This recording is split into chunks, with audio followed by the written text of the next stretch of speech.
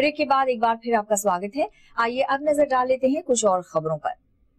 मिस्र के अपदस्थ राष्ट्रपति मोहम्मद मुर्सी और मुस्लिम ब्रदरहुड के करीब 100 से ज्यादा आरोपियों को आज फांसी की सजा सुनाई गई।